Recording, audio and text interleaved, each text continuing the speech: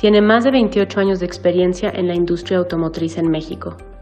Fue subdirector de Relaciones Gubernamentales de la empresa Dina Camiones y ha ejercido diversos puestos dentro de la Secretaría de Contraloría General de la Federación y la Secretaría de Hacienda y Crédito Público. Licenciado en Economía por la UNAM y ha sido conferencista en congresos y seminarios de la CONCAMIN, AMIS, AMEF y AMDA.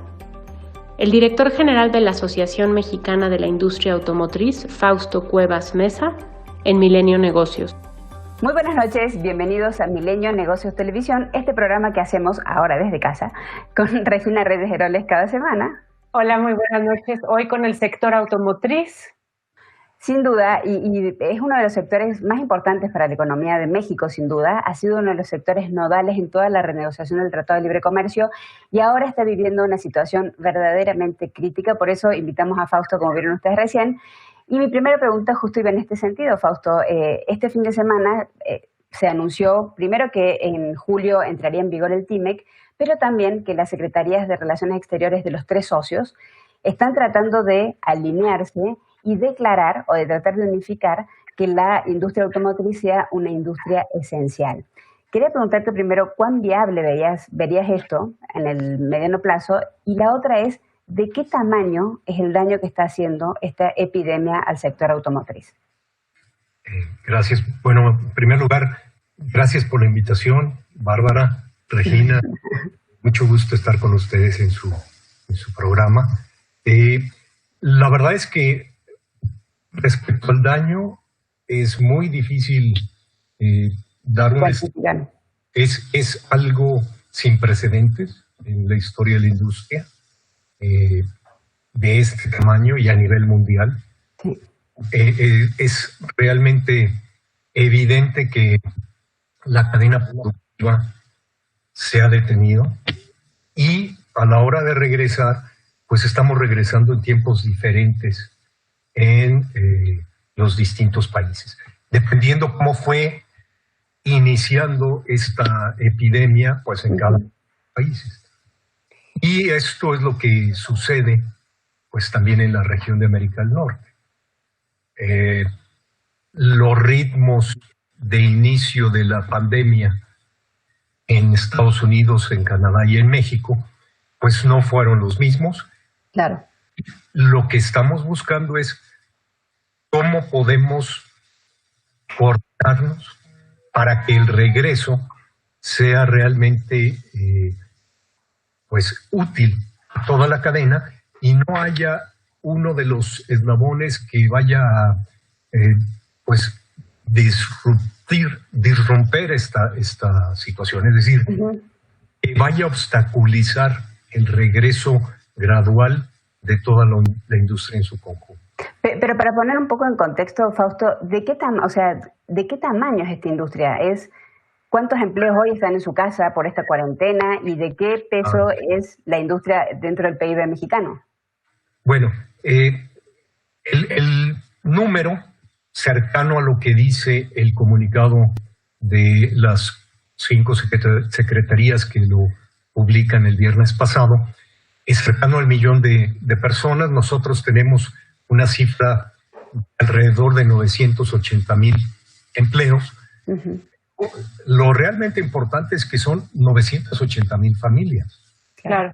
Consideras que cada una de estas familias pues está compuesta de 3.6 integrantes según datos de INEGI, pues estás hablando de cerca de 3 millones de personas que tienen relación y beneficios derivados de la actividad de la industria automotriz. Entonces, perdón la interrupción, pero en este regreso paulatino y en este tamaño de lo que es la industria, una de las cosas que se han mencionado es la importancia de que no entre en vigor el TIMEC ahora también solo en julio, sino que se aplace para poder tener un tiempo en el que los tres países, digamos, regresen a la normalidad y después puedan entonces entrar las nuevas reglas, ¿no?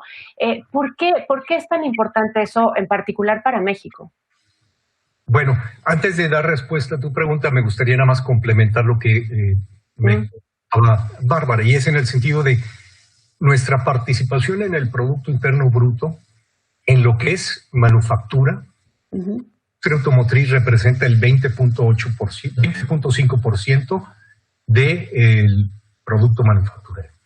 Y un 20.5% y el 3.8% del Producto Interno Bruto Nacional.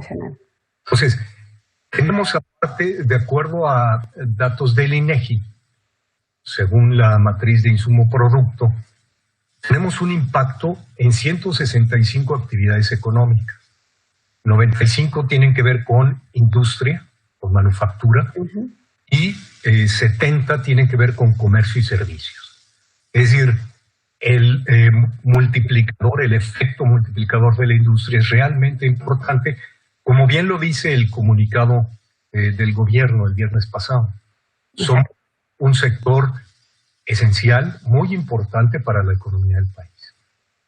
Y pasando ahora al tema del TEMEC, lo que sucede, Regina, es que para nosotros las reglas que contiene ahora el Tratado México, Estados Unidos, Canadá, son realmente un cambio radical de lo que veníamos cubriendo o cumpliendo con el Telecán. Anteriormente cumplíamos con el origen, simplemente pues logrando un valor de contenido regional del 62.5%. Ahora lo que sucede es que tendremos que dar cumplimiento a 4 requisitos, no a 1, sino a 4. Es el llegar al 75% del valor del contenido regional. Es decir, pasamos del 62.5 al 75. Claro. En un periodo de 3 años. Luego, para lograr este 75% de valor de contenido regional del vehículo, hay que cumplir con un 75% de valor de contenido regional de las llamadas partes esenciales, o en inglés core parts, que son 6 grupos donde están motores, transmisiones, sistema de suspensión, carrocerías y estructuras de chasis y baterías avanzadas. Entonces, este es un requisito dentro del valor de contenido regional de las partes esenciales.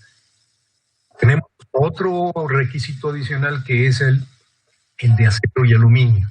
70% de acero y 70% de las compras de aluminio que se realicen en la región de América del Norte, pues tendrán que ser originarias.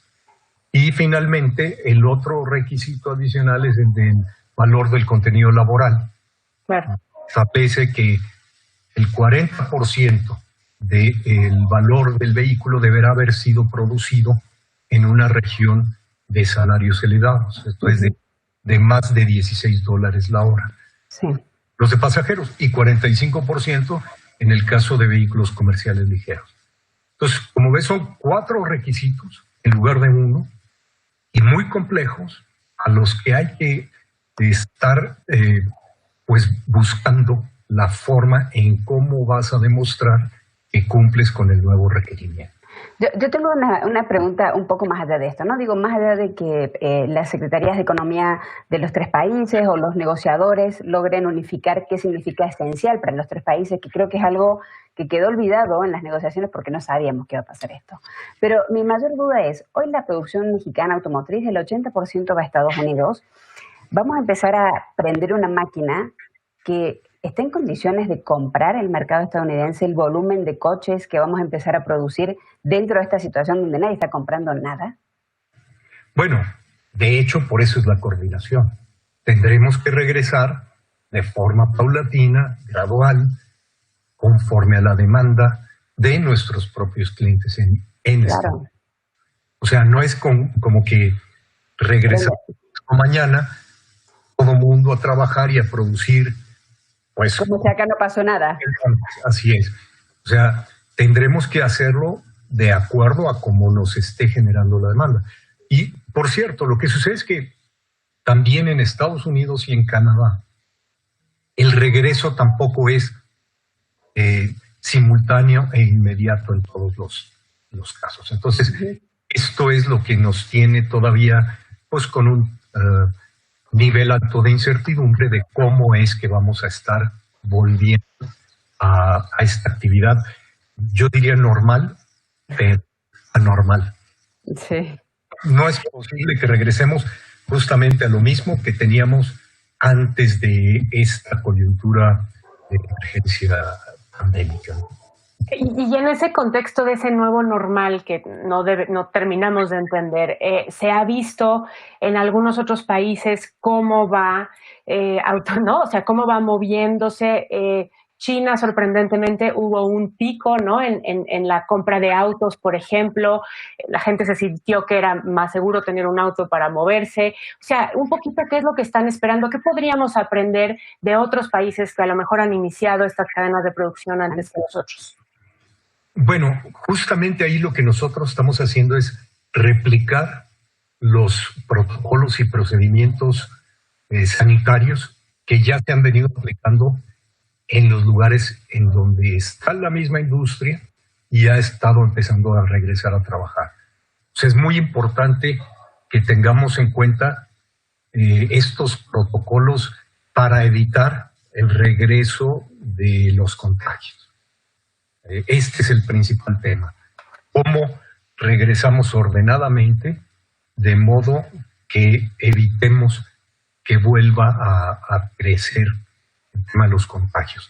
Y pues lleva desde el momento del traslado del personal de sus domicilios a las plantas, cómo ingresan a la planta, qué distancia deberá haber en las líneas de ensamble, que no existía anteriormente, no teníamos a la sana distancia. Claro. Así es. Tendrán que tener un mínimo de distancia entre operarios. Lo mismo para los comedores. Habrá que tener esta separación que impida una posibilidad de contagios. Que se prevean protocolos específicos en caso de que se detecte algún contagio o algún probable personal infectado, pues cómo se le va a dar tratamiento y para evitar que esto pues se prolifere dentro de la planta. Entonces, esto efectivamente creo que es lo más importante que debemos estar replicando de donde empiecen a regresar. Perfecto. Fausto, muchísimas gracias. La verdad es que vamos a estar muy atentos al 4% del PIB mexicano que representa este sector y que sin duda ha sido nodal para todas las negociaciones con el mayor tratado económico del mundo, el mayor acuerdo económico. Muchísimas gracias, Regina, como cada semana. Bárbara, Fausto. Muchas gracias a ustedes, Bárbara, Regina. Y a ustedes, audiencia, muchísimas gracias por acompañarnos como cada semana. Cuídense mucho, quédense en casa y nos vemos el próximo martes con más Milenio Negocios Televisión. Muchas gracias.